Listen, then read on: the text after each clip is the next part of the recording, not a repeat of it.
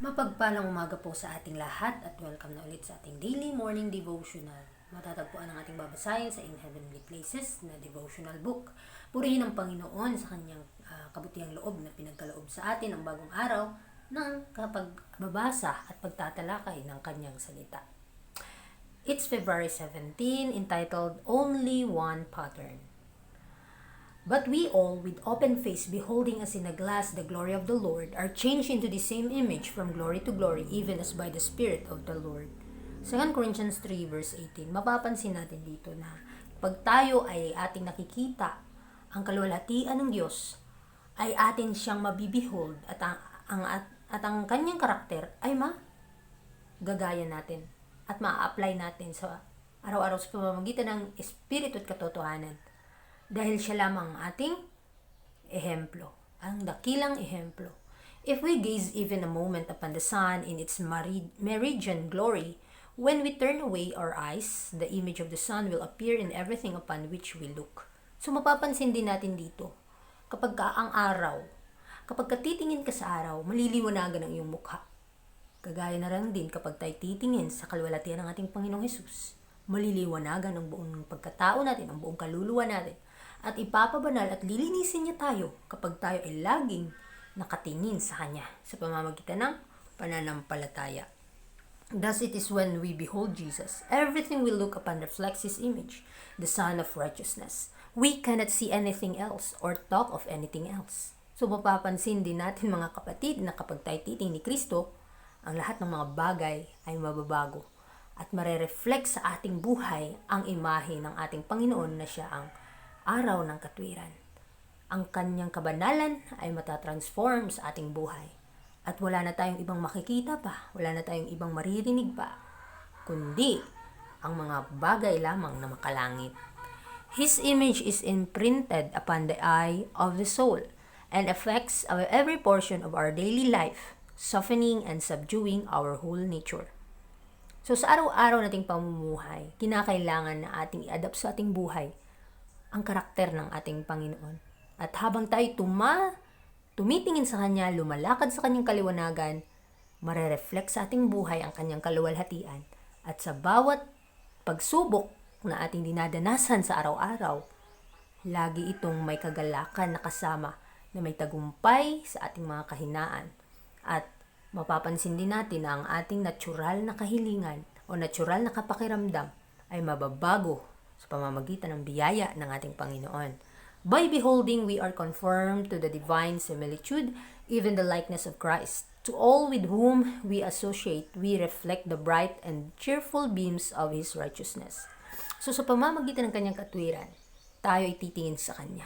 At mababago ang ating pananaw sa buhay. Mababago ang ating patingin at pagkakilala sa ating sarili at sa Panginoon. At mapapansin din natin na kapag tayo ay laging tumitingin sa liwanag ng katwiran ni Kristo, maliliwanagan ang buong nating pagkatao. May kakaibang kasayahan at kagalakan sa ating mga puso dahil ang kanyang katwiran at kabutihan maa-apply sa ating buhay at iyon ang magpapabanal sa atin. Jesus was a perfect pattern of what we should be. He was the strictest observer of His Father's law.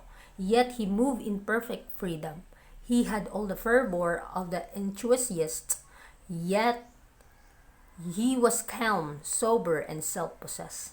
So si Kristo mga kapatid, siya ang ating perpektong halimbawa, na siya ang ating gagayahin sa lahat ng uri ng buhay, sa lahat ng aspeto ng pamumuhay. At kapag stricto tayong sinusunod siya, marareflect sa ating buhay ang kanyang kalooban. Dahil si Kristo, ang buhay na salita ng Diyos at ang kanyang karakter ay nanggagaling sa kautusan at kalooban ng ating Panginoong Diyos. At kapag sinusunod natin siya, makakatanggap tayo ng perpektong tagumpay at perpektong kalayaan mula sa pagkakasala at magiging bago tayo na ang kanyang pagkakalma, ang kanyang katapatan ay maa-adapt sa ating buhay kapag lagi tayong titingin sa Kanya. He was elevated above the common affairs of the world, yet He did not exclude Himself from society. He dined with publicans and sinners, played with little children, and took them in His arms and blessed them. Si Kristo, mga kapatid, sa lahat ng bagay, ay siya lumalapit sa mga bata at binibless niya ito. Hindi siya yabang, hindi siya nakikipagmayabang sa lungsod o sa paligid, kundi pumupunta siya sa mga publikano at mga makasalanan at sa mga maliliit na bata upang sila ay pagpalain. Dahil si Kristo ay pumunta dito sa lupa upang ang lahat ng mga makasalanan ay manumbalik sa Kanya at magsisi. At kapag naramdam natin na tayo ay talagang makasalanan sa harap ng ating Panginoon, dito kumikilos ang Kanyang banal na Espiritu na tayo tinatawag at tayo pinapabanal ng Kanyang salita. He graced the wedding feast with His presence. He shed tears at the grave of Lazarus. He was a lover of the beautiful in nature and used the lilies to illustrate the value of natural simplicity in the sight of God above artificial display. He used the occupation of the husbandman to illustrate the most sublime truths. Ang Kanyang biyaya, mga kapatid, ay naghuhulugan ito ng kagaya ng isang kasal na kung saan ay in-invite niya ang lahat ng mga tao na sumali sa kasalan na ito. Ngunit maraming tao ang hindi pumapayag. Kaya kahit pa ganoon, ay ang Panginoon ay nananawagan pa siya sa atin. Ang Kanyang presensya ay patuloy na nananawagan sa atin, sa Kanyang banal na Espiritu, dahil tayo ay mahal na mahal niya. At ang Kanyang pag-ibig at ang Kanyang kabanalan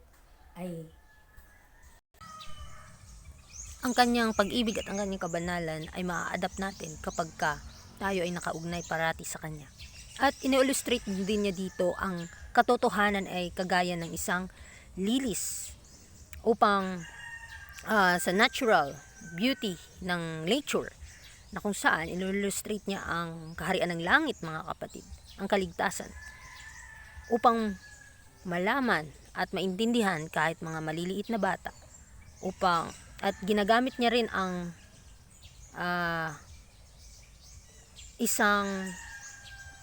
trabaho ng isang tao upang maintindihan kung paano kumikilos ang katotohanan sa kanilang mga puso. His zeal never degenerated into passion, nor his consistency into selfish obstinacy. His benevolence never savored of weakness, nor his sympathy of sentimentalism. So, si Kristo, mga kapatid, ay hindi niya pinapahintulot na tayo ay mapahamak. Hindi niya rin pinapahintulot na tayo ay maging selfish. Na kapag si Kristo ang nananan sa ating mga puso, ang lahat ng ating negatibong buhay ay mababago. Dahil ang ating kahinaan, nagsisimpatyas siya doon. At sa pamamagitan ng Kanyang pag-ibig, tayo ay talagang nafe-feel niya yung nararamdaman natin. Dahil tayo ay nasa kahinaan, punong-puno ng kasalanan, ngunit kapag lalapit tayo sa Kanya, bibigyan niya tayo ng tagumpay at kagalakan.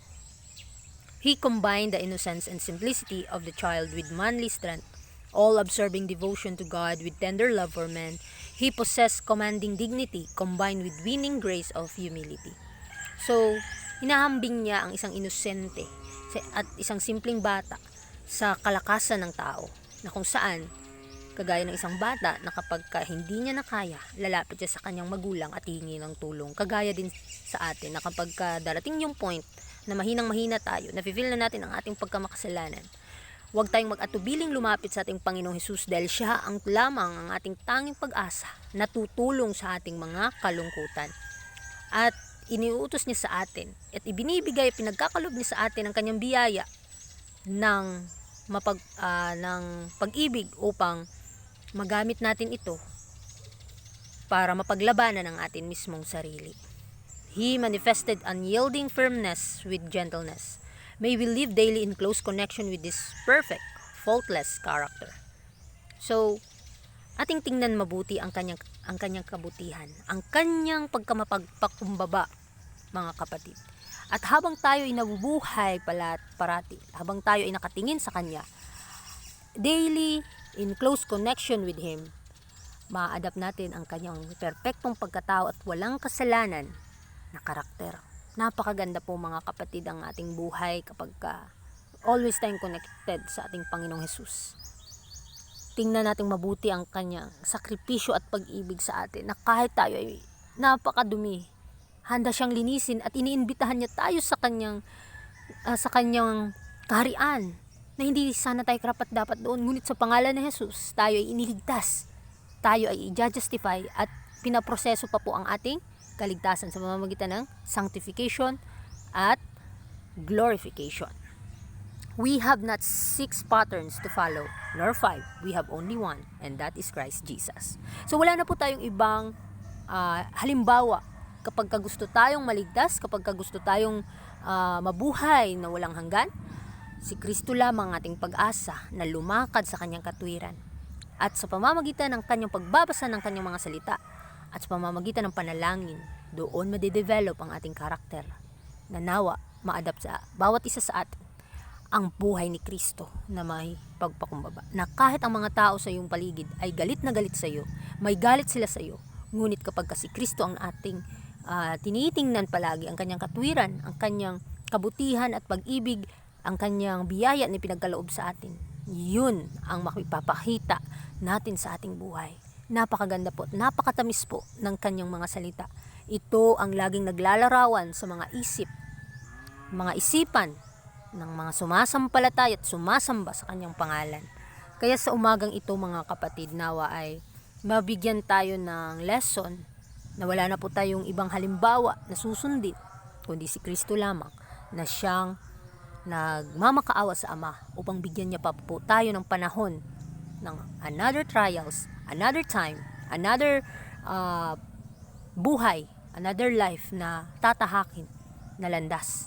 At kapag nananatili tayong titingin sa Kanya, hindi tayo mawawala sa ating landas. Kaya pagpalain po tayo ng ating Panginoon sa umagang ito at God bless sa ating lahat.